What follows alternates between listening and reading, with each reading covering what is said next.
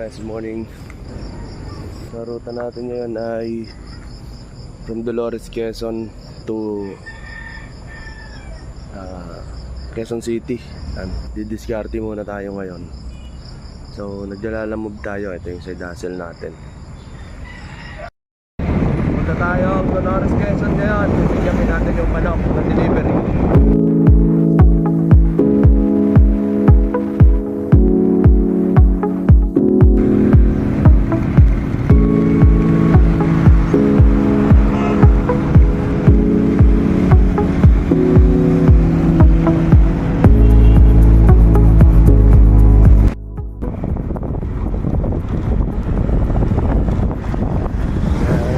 Natin ay isang manok papunta to ng Quezon City galing dito sa Dolores.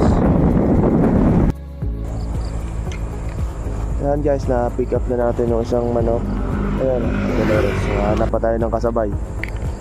Hindi pwedeng isa lang kasi wala tayong kikitain din.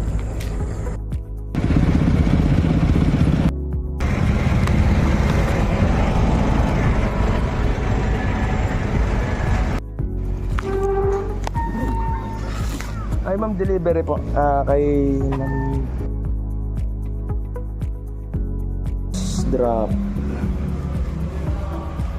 700 pesos. Last na drop off alas 6 na. So bali 12 hours lahat. 12 hours na biyahe Candelaria to Quezon City.